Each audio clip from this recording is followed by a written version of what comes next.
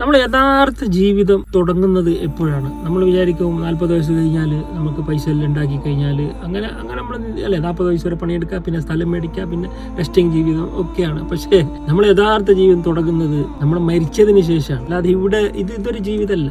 അവിടെയാണ് മരിക്കലോട് കൂടിയാണ് പുതിയൊരു ജീവിതം ആരംഭിക്കുന്നത്. അതായത് അതല്ല ജീവിതം, മരണമില്ലാത്ത ജീവിതം. ഈ മരിക്കുന്ന ഏത് സമയത്ത് മരിക്കുന്ന ഈ മനുഷ്യന്മാർ നമ്മൾ അല്ലെങ്കിൽ 40 വയസ്സ് കഴിഞ്ഞാൽ നമുക്ക് എൻജോയ് ചെയ്യാൻ എന്നിട്ട് കുറേ സ്ഥലം മേടിച്ച് വെക്കുന്നു, വീഡിയോ മേടിച്ച് വെക്കുന്നു, പിന്നെ എൻജോയ് ചെയ്യാം. അവിടേക്ക് എത്തുമ്പോഴായിരിക്കും നമ്മൾ ചിലപ്പോൾ മരിച്ചു പോവുക, അല്ലെങ്കിൽ ഇന്നോ നാളെ ആയിരിക്കും മരിച്ചു പോവുക. അപ്പോൾ ഇതൊരു ജീവിതം ഇത് ജീവിതമല്ല, അത് നാളത്തേക്കുള്ള ജീവിതത്തിലേക്കുള്ള പ്രിപ്പറേഷന് വേണ്ടിയാണ് നമ്മളെ ഈ ദുനിയാവിലേക്ക് അള്ളാഹ്. അതൊരു ബേസിക്കാണ്, നമ്മളെ ഒരു ബേസിക് തോട്ടാണ് ലൈഫിന്റെ, നമ്മളുടെ പർപ്പസ്, നമ്മൾ എന്തിനാണ് ഇവിടെ വന്നത് എന്നതിന് ബേസിക്, എന്തിന് നാളത്തേക്ക് അധ്വാനിക്കാൻ വേണ്ടി അള്ളാഹു നമ്മളെ ദുനിയാവിലേക്ക് അയച്ചതാണ്.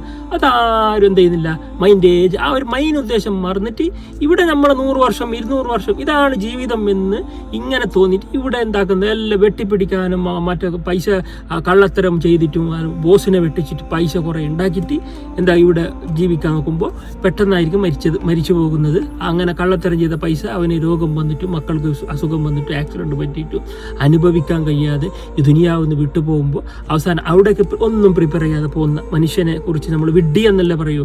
അപ്പോൾ യഥാർത്ഥ ബുദ്ധിമാന് ആര് റസൂലുള്ള പറയാണ്, മരണശേഷം കുറിച്ച് ചിന്തിക്കുകയും അതിനുവേണ്ടി പ്രിപ്പറേഷൻ ചെയ്യുകയാണ്. അപ്പം നമ്മളെ ലക്ഷ്യം, നമ്മൾ ഏകദേശം നമ്മളെ പീരീഡ്, നമ്മൾക്ക് യഥാർത്ഥ ജീവിതത്തിലേക്കുള്ള സമയം ഇങ്ങനെ അടുത്തടുത്ത് വരുമ്പോൾ എന്താണ് നീ അവിടത്തേക്ക് ചെയ്ത് കൂട്ടിയത്? ഒരു സുബ്ഹാനല്ലാഹി വൽഹംദുലില്ലാഹി വലാ ഇലാഹ ഇല്ലല്ലാഹു അല്ലാഹു അക്ബർ എന്ന് ഒരു പ്രാവശ്യം നീ ചൊല്ലുമ്പോൾ ഒരു വൃക്ഷം ഇങ്ങനെ നിനക്ക് നട്ട്, അവിടെ ഒരു വൃക്ഷം നട്ടുകൊണ്ട് നിന്റെ അവിടെ ഒരുപാട് സ്ഥലം പ്ലോട്ട്സ് ഉണ്ട്, നിനക്ക് അവിടെ ഒരുപാട് സ്ഥലം ഓൾറെഡി ബുക്കഡാണ് സ്വർഗത്തിൽ.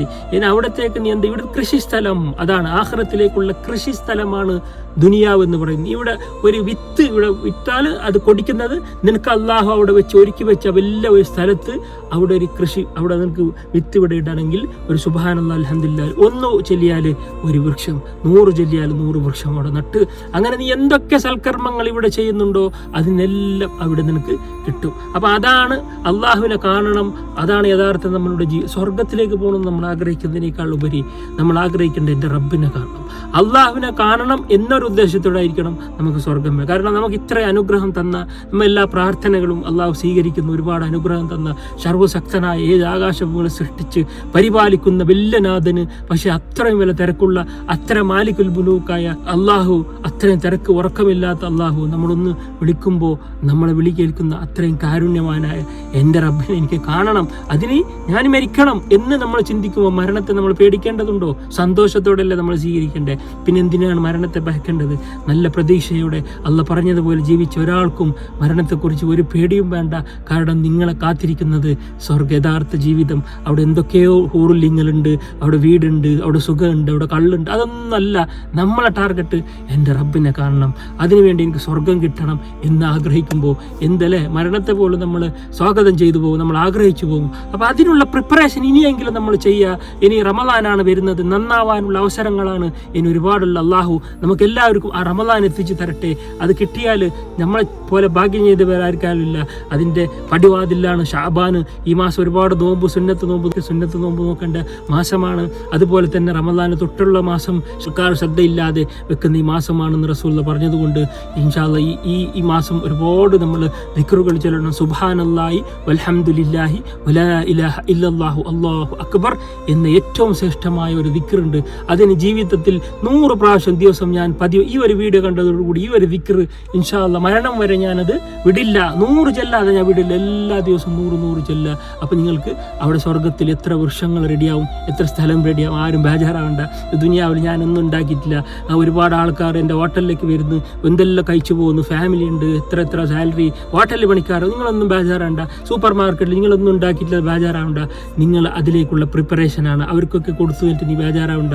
അങ്ങനെ അല്ല ഒരാൾക്ക് മാത്രം കൊടുത്തിട്ട് നിങ്ങൾക്ക് തരാതെ, അങ്ങനെയല്ല നമ്മളെ റബ്ബ്. ഇതാണ് ദുനിയാവ്. ഇവിടെ ആരും സമന്മാരല്ല. യഥാർത്ഥ ജീവിതം വരുന്ന പരലോകത്താണ്. ഇവിടെ ഹോട്ടൽ പണിയെടുക്കുന്ന ആൾക്കാർ, ഇവിടെ സൂപ്പർ മാർക്കറ്റിൽ പണിയെടുക്കുന്ന ആൾക്കാരായിരിക്കും നാളെ അവിടുത്തെ വലിയ വലിയ വീടുകളിലെ മുതലാളിമാർ. ഏറ്റവും സ്ഥലം മേടിച്ച് അവിടെ കൃഷി നട്ട മുതലാളി നിങ്ങളായിരിക്കും. ഈ സുബ്ഹാനല്ലാഹി അൽഹംദുലില്ലാഹി ദിക്ർ കൂടുതൽ സൽക്കർമ്മങ്ങൾ ചെയ്താൽ നിങ്ങളെ തേടിയും അവിടെ ഈസി അല്ലേ. പക്ഷേ ഇവിടെ ഒരാൾക്ക് പണക്കാരനാണെങ്കിൽ പൈസ ഉണ്ടാക്കണമെങ്കിൽ നല്ല വിദ്യാഭ്യാസം വേണം, നല്ല സ്മാർട്ട്. അവിടെ അതൊന്നും ആവശ്യമില്ല. അള്ളാഹുവിൻ്റെ ആ സ്വർഗ്ഗലോകത്ത് കാലാകാലം ജീവിക്കുന്ന ആ സ്വർഗ്ഗലോകത്ത് ജീവിക്കാൻ നിൻ്റെ ക്വാളിഫിക്കേഷൻ എത്ര എളുപ്പം, ആർക്കും ചെയ്യാൻ പറ്റുന്നല്ലേ. അള്ളാഹുവിന് വേണ്ടി നിസ്കരിക്കുക, അള്ളാഹു പറഞ്ഞതുപോലെ ജീവിക്കുക. അതിന് ക്വാളിഫിക്കേഷൻ ഒന്നും വേണ്ട. തഖ്വ, ഈമാന് അത് നിനക്കുണ്ടെങ്കിൽ നീ സൂപ്പർ മാർക്കറ്റിലല്ല, ഹോട്ടലല്ല, എന്ത് ജോലി ചെയ്യുന്നെങ്കിലും നീ സന്തുഷ്ടനായി തന്നെ ജോലി ചെയ്യും. അവിടെ ഒരു ടെൻഷനും നിനക്ക് വരേണ്ടതില്ല. അതുകൊണ്ട് ഇൻഷാ അല്ലാഹ് അള്ളാഹുവിന് ഇവിടെ ഇങ്ങനെയായി അവിടെയും എനിക്ക് ജീവിക്കണം, അവിടെയെങ്കിലും എനിക്ക് നല്ലൊരു കുടുംബജീവിതം, എൻ്റെ ഭാര്യ എൻ്റെ മക്കളോടൊപ്പം ജീവിക്കണം, അവർക്കും വേണ്ടി പ്രാർത്ഥിച്ച് അങ്ങനത്തെ ഒരു ജീവിതത്തിന് വേണ്ടി ഒരുങ്ങാൻ ഇൻഷാ അല്ലാഹ് എല്ലാവരും എന്താക്കുക, നാളത്തേക്കുള്ള ജീവിതത്തിന് വേണ്ടി പ്രിപ്പറേഷൻ ചെയ്യുക. നിസ്കരിച്ച് തുടങ്ങുക, ദിക്ർ വർദ്ധിപ്പിക്കുക, സ്വലാത്ത് വർദ്ധിപ്പിക്കുക, സൽക്കർമ്മങ്ങൾ ചെയ്യുക. ആരെയും കുറ്റപ്പെടുത്താതെ നല്ലൊരു ജീവിതമായി ഈമാനോട് കൂടെ മേയ്ക്കാൻ അള്ളാഹു നമ്മൾക്ക് എല്ലാവർക്കും തൗഫീക്ക് നൽകുമാറാകട്ടെ. ആമീൻ യാ റബ്ബൽ ആലമീൻ.